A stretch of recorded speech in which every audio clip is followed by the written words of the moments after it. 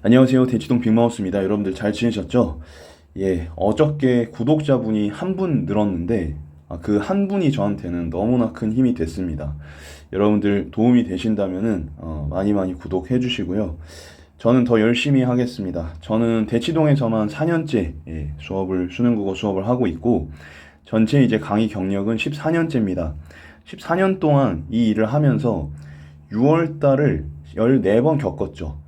6월 평가를 14번 겪었고, 그래서 여러분들께 6월 이후에 꼭 해야 할 일과 절대 하지 말아야 할 일들 딱 설명드릴 테니까 따라와 주시기 바랍니다.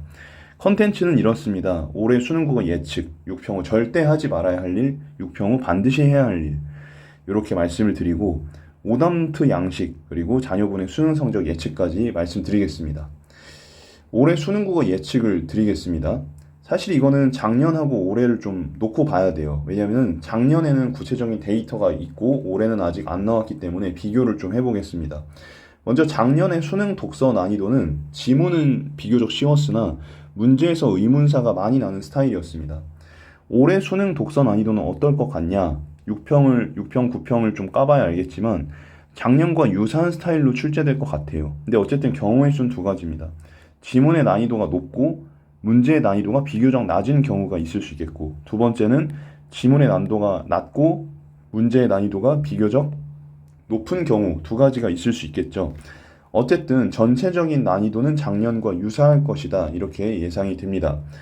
그럼 문학은 어떠느냐? 작년 문학 같은 경우는 EBS 연계가 많이 되었고요. 문제 난이도는 좀 무난했습니다. 올해 같은 경우 EBS 연결 비슷하겠지만 문제 난이도는 다소 어려워질 것으로 예상됩니다. 왜냐하면은 전년도 대비 이제 그 다음 연도 난이도는 핑퐁을 하거든요. 예를 들면 전년도가 조금 쉬웠으면 그 다음 연도가 조금 어렵습니다. 왔다 갔다 하는데 큰 차이는 없을 것 같아요. 조금 어려울 것 같습니다. 어쨌든. 그래서 정리를 드리면은 작년 같은 경우는 사실상 실수 싸움이었다.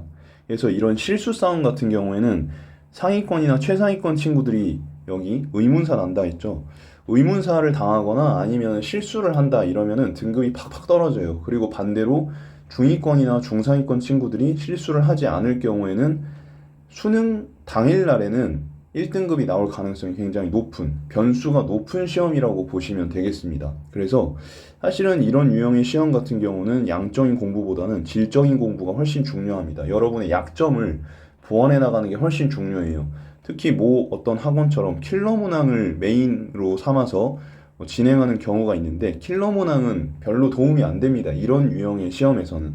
그래서 흔들리지 마시고 너무 어렵지 않은 중상위 난이도 정도의 문제, 그리고 최근 트렌드에 맞는 문제로 여러분이 집중 훈련을 하시면 되는 거예요.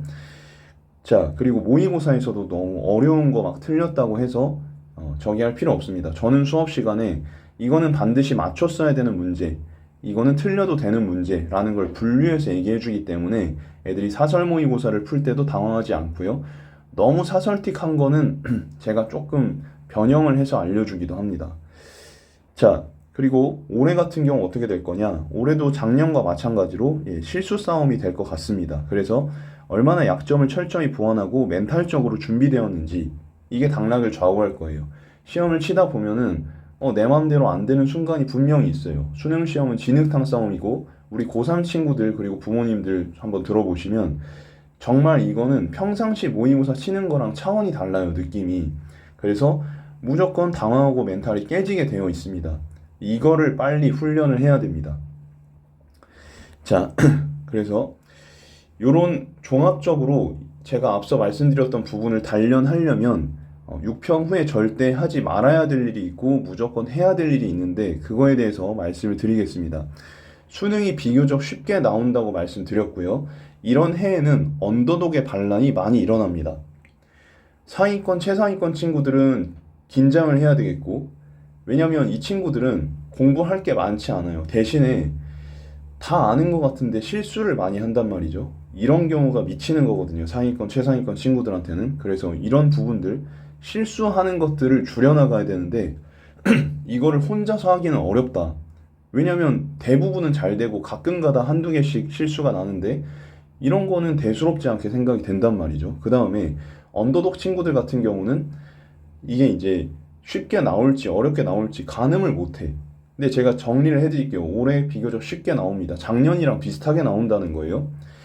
그런 경우에는 6평, 9평 성적이 어떻게 나오든 그렇게 좌절할 필요가 없다. 왜냐?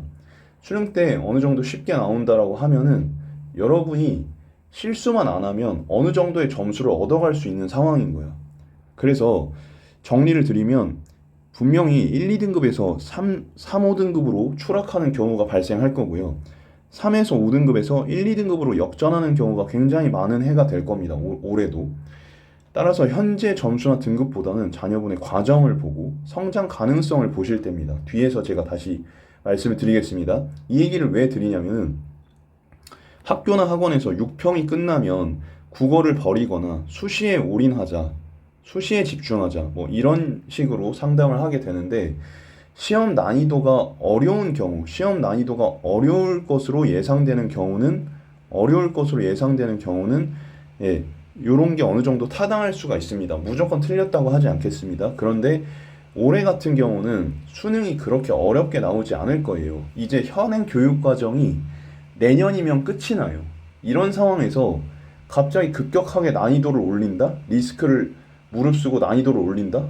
좀 힘든 거라고 봐요. 그래서 여러분들이 저를 믿으시고 작년이랑 비슷하다 아니면 작년보다 조금 어려운 수준이다 라고 생각하시고 대비하시면 되겠습니다. 그러면 열심히 했는데도 열심히 하는데도 왜 모의고사 점수가 안 오를까? 그리고 왜 자꾸만 빅쌤은 모의고사 점수가 뭐 그렇게 중요하지 않다고 얘기를 하는 것일까? 이거는요, 제가 말씀드렸잖아요. 저는 6월 평가를 14번 겪었어요. 여러분들은 많이 겪어봤자 3번, 4번, 진짜 많이 겪어봤자 5번 정도 겪었겠죠? 수험생 입장에서. 근데 저는 이걸로 돈을 버는 프로 입장에서 14번을 겪었다는 겁니다. 근데 저도 처음에는 모의고사 점수를 기준으로 학생이 수능에서 어떻게 나올지를 가늠을 했거든요. 근데 이게 안 맞더라는 거야. 여러분, 어떤 기준이 맞지 않으면, 타당성이 떨어지면 이 기준을 계속 씁니까? 안 쓰겠죠. 그러니까 이제 여기 한번 보시면은 작년에 진짜 열심히 하고 되게 잘하던 친구가 있었어요. 아, 너무 마음이 아픈데. 이 친구가 모의고사를 만점을 받았습니다. 거의. 만점을 받거나 거의 하나 정도 틀리는 수준이었어요. 저는 이 친구가 무조건 수능 만점이 나올 거라고 확신했습니다. 그런데 막상 뚜껑을 열어보니까 이 친구의 등급이 생각보다 낮았습니다. 생각보다 낮았어. 만점권이 아니었어. 그리고 제가 여기 써놨는데 24학년도에 저랑 같이 공부했던 땡땡이가 있어요. 장땡땡이가 있는데 24학년도에는 서강대를 진짜 많이 보냈어요. 제가 서강대를 진짜 많이 보냈는데 일단 여기 3명만 적어놓은 겁니다. 이 친구 같은 경우는 6평 때 4등급 그리고 9평 때 4등급 수능 때 1등급을 찍었어요. 그러니까 이 친구는 공부하면서 내내 이런 생각을 한 거지. 쌤 이래서 됩니까? 이렇게 해서 될까요? 근데 제가 항상 얘기를 했어요. 모의고사 성적으로 가늠할 수 있는 게 아니다. 과정으로 평가를 해야 돼. 과정으로 평가를 해야 되고 성장 가능성으로 평가를 해야 되는데 10 몇 년간 13년이죠. 12년이겠네요. 24학년도면 12년 동안 가르쳐온 나의 경험으로 되돌아보면은 너와 같은 친구는 거의 되더라. 그래서 이런 부분을 고치고 이런 약점을 네가 보완을 하면은 무조건 된다라고 얘기를 해줬습니다. 심지어 사설 모의고사에서도 좋은 등급이 한 번도 안 나왔던 친구가 수능 때 1등급을 찍었다는 거예요. 비슷한 경우로 땡땡이가 있어요. 김땡땡이가 있어요. 이 친구 같은 경우는 원래 4등급이다가 6평 때 1등급을 찍었습니다. 그리고 9평 때 4등급으로 곤두박질을 쳤어요. 그리고 수능 때 1등급을 찍은 케이스입니다. 9평 때 4등급을 찍었을 때 이 친구가 어느 정도 심리적으로 좀 데미지가 있을 법 했는데 이 친구는 신경을 별로 안 쓰더라고요. 성격 자체가. 이런 친구들은 승부에 좀 유리한 친구들입니다. 어쨌든 간에. 대신에 이제 어머님이 불안해 하셨죠. 그래서 6평 때 1등급을 받았는데 왜 9평 이후로 이 친구가 강대 다녔는데 강대 모의고사, 더프 모의고사를 보면은 계속 4등급인 거예요. 그러니까 이제 불안해 하시죠. 근데 저도 약간 이제 의문이 들기는 했지만은 항상 저는 과정을 보고 성장 가능성을 봅니다. 그러면은 이 친구가 열심히 공부를 안 했냐? 그것도 아니고 약점을 안 보완했냐? 그것도 아니에요. 숙제한 거 저한테 꼬박꼬박 찍어서 보내줬고 저랑 같이 약점을 착실하게 보완하고 있었고 그리고 문제 푸는 속도로 보나 사고 과정으로 보나 실수를 많이 한다는 것 빼고는 큰 문제가 없었습니다. 그래서 저는 이 친구에게 약점을 같이 보완하면 된다. 안심을 시켜줬고 이 친구도 제 말을 믿고 따라와 줬기 때문에 수능때 1등급을 받을 수가 있었죠. 작년에 황땡땡 이 친구는 이제 고대 통계학과에 합격을 했는데 이 친구도 진짜 열심히 했어요.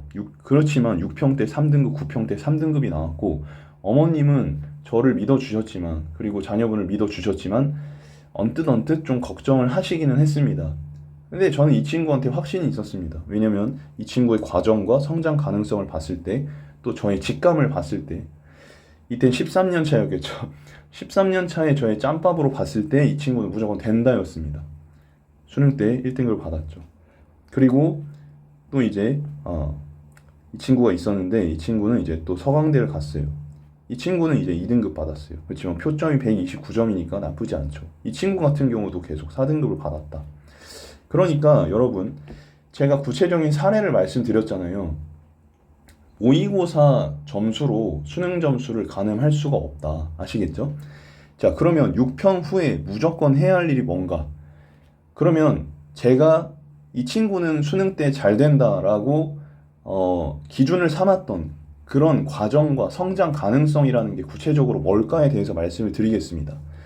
뭐냐면 이 친구들은 철저하게 모든 모의고사를 몇 점이 나오든지 간에 빅데이터로 만들었다라는 것입니다. 물론 저와 같이 했지만 그래서 자, 빅데이터를 어떻게 만드는지 말씀을 드리겠습니다. 그러니까 단순히 문제를 풀고 좌절하고 기뻐하고 치우고 이게 아니라 해설지 보고 끝내고 이게 아니라 제가 잘 된다고 확신을 가졌던 친구들은 자기가 뭐 어떤 걸 틀렸으면 못 푸는 문제였는지 이게 실수로 틀렸는지 맞췄지만 시간이 오래 걸렸는지 이거를 파악했던 친구들이라는 겁니다. 우리 수강생들은 별도 영상과 파일을 제공할 예정입니다.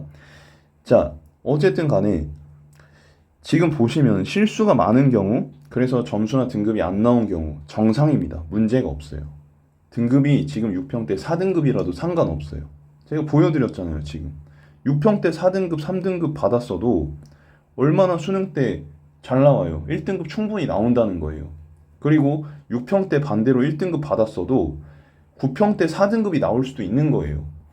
자, 그래서 모의고사 성적보다는 철저하게 과정에 집중을 해야 돼요.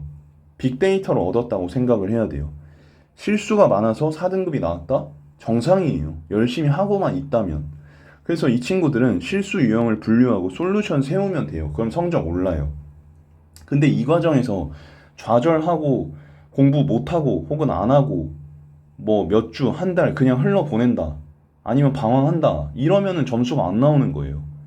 그런 친구들이 압도적으로 많기 때문에 6월 모의고사 성적이 뭐 수능 때 간다라든지 성적은 잘 바뀌지 않는다라고 얘기를 하는 건데 그거는 냉정하게 이 데이터를 빅데이터로 삼아서 철저히 보완하는 친구들의 비율이 극히 낮기 때문입니다. 반대로 얘기하면 여러분이 그렇게만 한다면은 6평, 9평 성적에 상관없이 수능 때 잘 될 수 있다는 얘기예요. 제 말이 무슨 뜻인지 이해되셨죠?